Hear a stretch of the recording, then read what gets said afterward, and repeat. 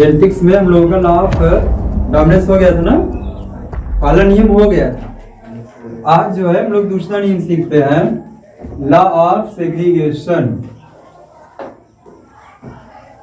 Law of segregation या इसी को एक नाम और देते हैं क्या, law of purity of gametes.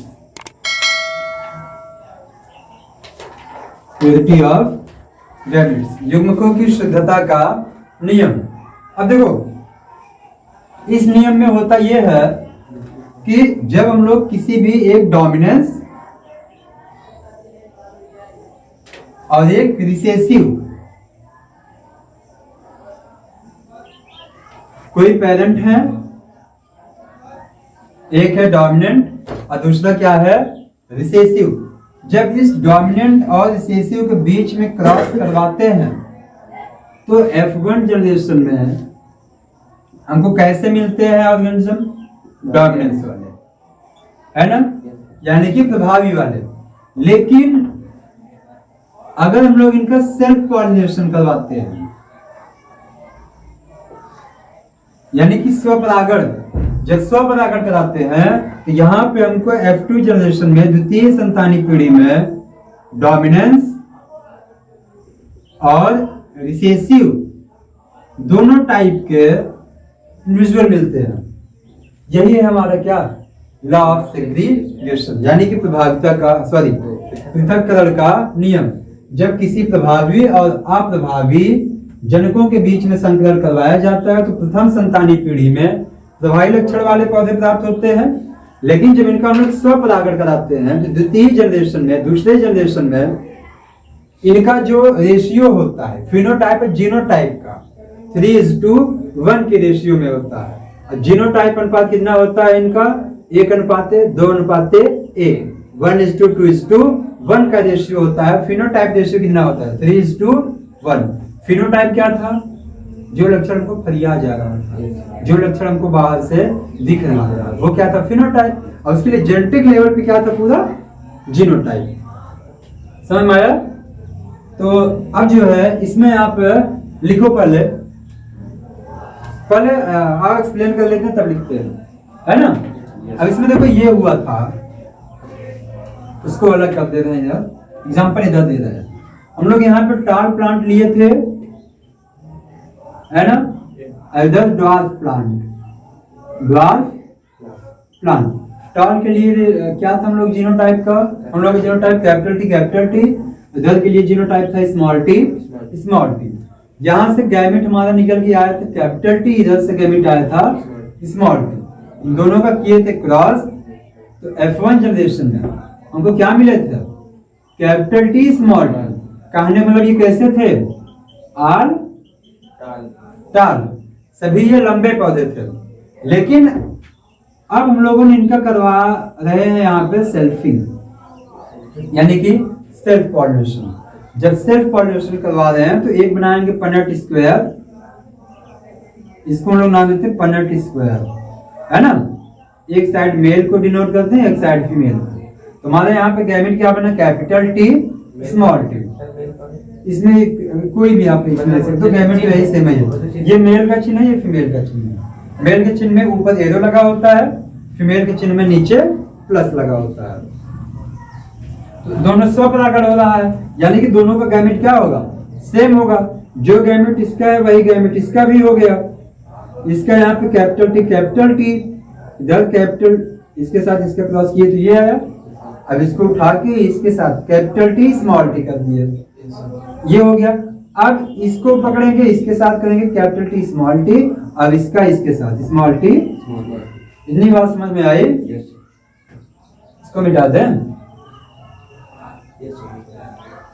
समझ गए हो ना, इसको मिटा दे रहे हैं, है ना। और अगर मान लीजिए कि लिखना भी है तो आप जो है उसको रोक के, नोट्स अगर मान लो आपको बनाना है तो बाद में वीडियो रोक के अपना फिर बैक करके लिख लेना, है ना। तो हटाइए, देखते हैं। अब देखो हमको यहाँ पे क्या क्या मिला है,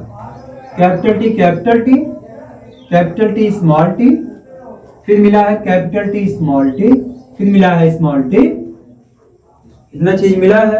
अब बेटसन ये कहते ना कि जो कैपिटल होगा वो प्रभावी होगा। बेटसन ये कहते कि जो कैपिटल है वो क्या होगा, प्रभावी होगा। तो यहाँ पे ये भी कैपिटल है, ये भी कैपिटल है, ये भी कैपिटल है, ये तीनों हमारे कैसे हैं, प्रभावी हैं। प्रभावी यहाँ पे लक्षण है कौन, टॉल। और ये क्या है हमारा, अप्रभावी, रिसेसिव है, यानी कि ड्वार्फ है। ड्वार्फ मतलब पौना पौधा है ये। अब क्या किए, इस टॉल कितना आया है यहाँ पे, 3। और ये ड्वार्फ कितना आया है, ध्यान रहे ये सिर्फ 4 प्लांट वहां पे नहीं आए थे, है ना। ये 900 समथिंग और 300 समथिंग का रेशियो था। सिंपल रेशियो लिया गया था 3:1, 3:1 का सिंपल रेशियो लिया गया था, वहां पे लिया गया है ये।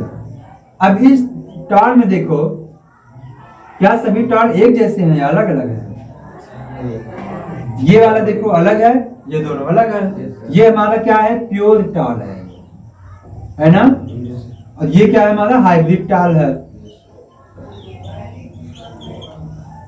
प्योर टॉल के लिए कैपिटल टी, हाइब्रिड टॉल के लिए कैपिटल टी स्मॉल टी ना। ये कितना है, ये कितना था, ये आगे बढ़ गया। तो हमारा अब यहाँ पे फिनोटाइप रेशियो क्या हो गया, फिनोटाइप जो दिख रहा है, ये लंबा बना दिखेगा ना, तो कितना हो रहा है, 3:1। और इसका जीनोटाइप क्या हो गया,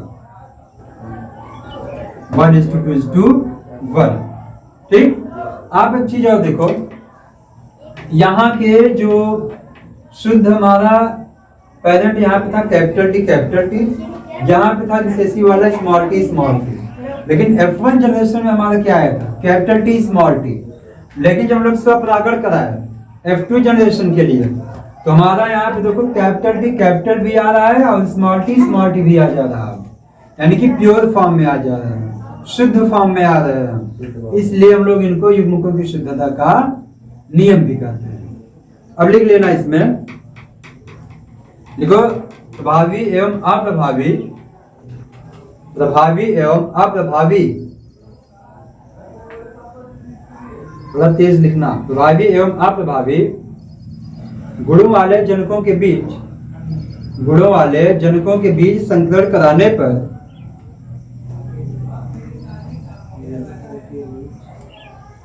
जनकों के बीच संकरण कराने पर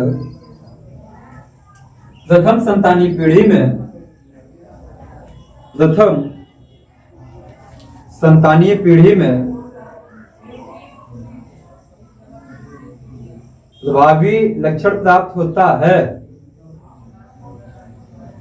प्रभावी लक्षण प्राप्त होता है, प्रभावी लक्षण प्राप्त होता है। परंतु जब इनका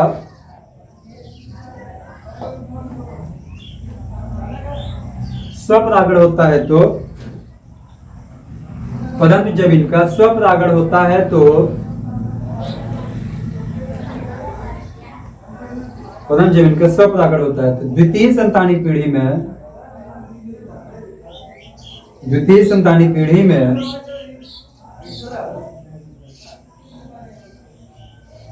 प्रभावी एवं अप्रभावी, प्रभावी एवं अप्रभावी कुछ अनुपात में प्राप्त होते हैं, कुछ अनुपात में प्राप्त होते हैं, है ना। कुछ अनुपात में प्राप्त होते हैं। उसके बाद ये आप बना लेना। अब हम आपको यहाँ पे ये नहीं लिखवा रहे हैं कि जब किसी लंबे पौधे और बौने पौधे का संकरण करवाया जाता है तो प्रथम संतानी पीढ़ी में लंबे पौधे प्राप्त होते हैं। इनका स्वपरागण कराने पर ये लंबे और बौने दोनों प्राप्त हो जाते हैं, ठीक है। और इनका फिनोटाइप अनुपात 3:1 और जीनोटाइप अनुपात 1:1 होता है, ठीक है। इसको नहीं लिखवा रहे हैं, आप इसको लिख लो, ठीक, इसको लिख लो आप। आ जाओ फटाक से मैं अभी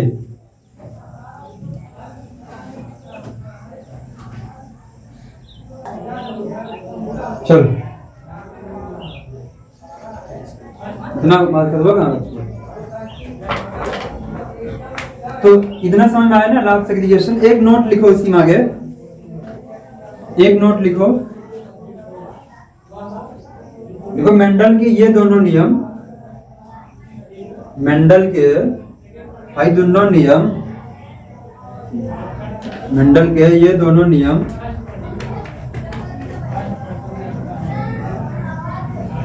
एक संकर संकरण पर आधारित है। मेंडल के ये दोनों नियम एक संकर संकरण पर आधारित है। मेंडल के ये दोनों नियम एक संकर संकरण पर आधारित है। ठीक, एक चीज और यहाँ पे सीख लेते हैं हम लोग, एक नई हेडिंग, अपूर्ण प्रभाविता, है ना। अपूर्ण प्रभाविता यहाँ पे सीख लेते हैं, यानी कि इनकम्प्लीट डोमिनेंस। फिर इसके बाद हम लोग दो जीन की वंशागति पढ़ेंगे, है ना। एक हेडिंग बना लो, अपूर्ण प्रभाविता, इनकम्प्लीट डोमिनेंस, क्योंकि ये भी वन जीन का इनहेरिटेंस है, इनहेरिट होता है इसमें एक जीन, तो डायरेक्ट इसको चलेंगे। इनकम्प्लीट डोमिनेंस,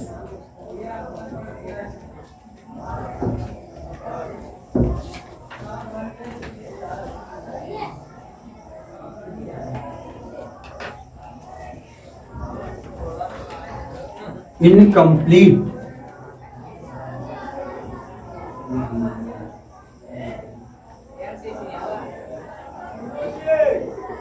इनकम्प्लीट डोमिनेंस, अपूर्ण प्रभाविता। देखो ये अपूर्ण प्रभाविता जो है, पहली बात तो मेंडल के नियम का अपवाद है। अब मेंडल के किस नियम का? प्रभाविता के नियम का। क्यों? क्योंकि प्रभाविता के नियम में ये कहा गया था कि जो एक जीन है वो अगले के ऊपर हावी हो जाएगा, तभी प्रभाविता का नियम आ रहा है। लेकिन इसमें क्या हो जा रहा है, हावी तो हो रहा है लेकिन पूरे तरीके से वो हावी नहीं हो रहा है। और ये किस प्लांट में किया गया, जिस पौधे में किया गया उसका नाम था मिराबिलिस जलाप्पा। मिराबिलिस जलाप्पा, इसी के नाम दूसरा नाम है 4 o'clock। दूसरा नाम क्या है इसका? 4 o'clock। हाँ, अब जो है इसमें लिया गया उसका फ्लावर, इसका फ्लावर लिया गया। यहाँ पे प्रभावित था रेड फ्लावर और रिसेसिव था क्या इसका? White flower. रेड फ्लावर के लिए जीनोटाइप हम लोग लिखेंगे क्या? Capital R, capital are, yes sir, है ना। व्हाइट फ्लावर के लिए स्मॉल आर, स्मॉल आर। अब यहां से जो हमारा गैमेट निकल के आया था, कैपिटल आर, यहां से दोनों में क्रॉस किया हम लोग, तो F1 जनरेशन में आया हमारा capital R, small R. According to Mendel यहाँ पे कैसा होना चाहिए था? किस रंग का ये फ्लावर होना चाहिए था? लाल। यहाँ पे क्या चला? रेड चला ना? कैसे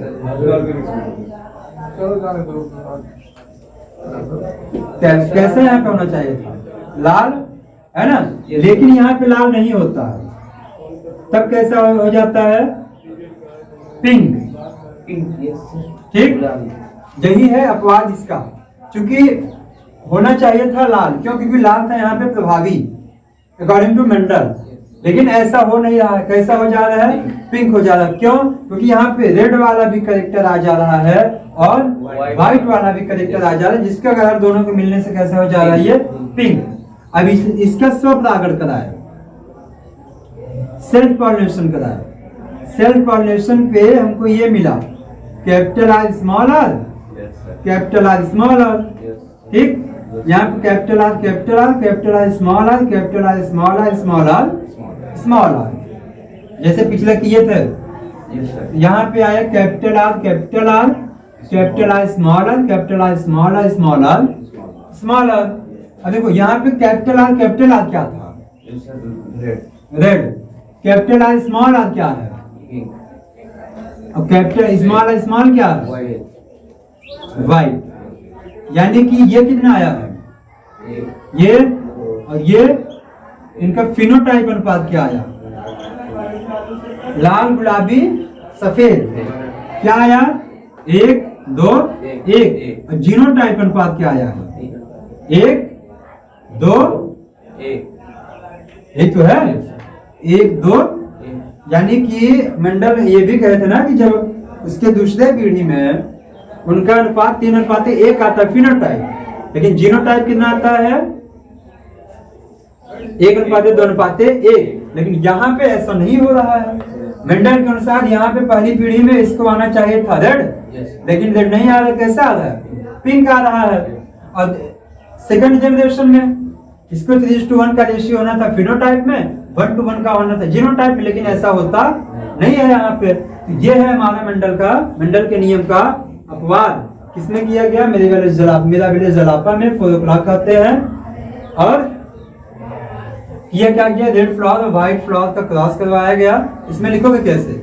यह मेंडल के नियम का अपवाद होता है जब मिराबिलिस जलापा के लाल पुष्प और सफेद पुष्प में क्रॉस या संकरण करवाया जाता है तो प्रथम संतानी पीढ़ी में गुलाबी पुष्प प्राप्त होते हैं, लेकिन जब इनका स्वपरागण कराया जाता है तो ये लाल गुलाबी सफेद के रूप में 1:2:1 के अनुपात में प्राप्त होते हैं।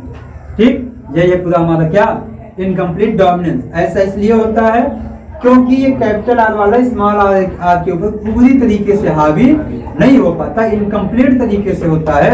इसलिए हम लोग इसको नाम दे देते हैं क्या? Incomplete dominance. लिख लोगे? होमवर्क के घर से लिख लेना है ना? नहीं लिख पाओगे तो आगे आपको बता सकते हैं, लेकिन इसके आगे की कहानी हम लोग कर सकते हैं। Thank you.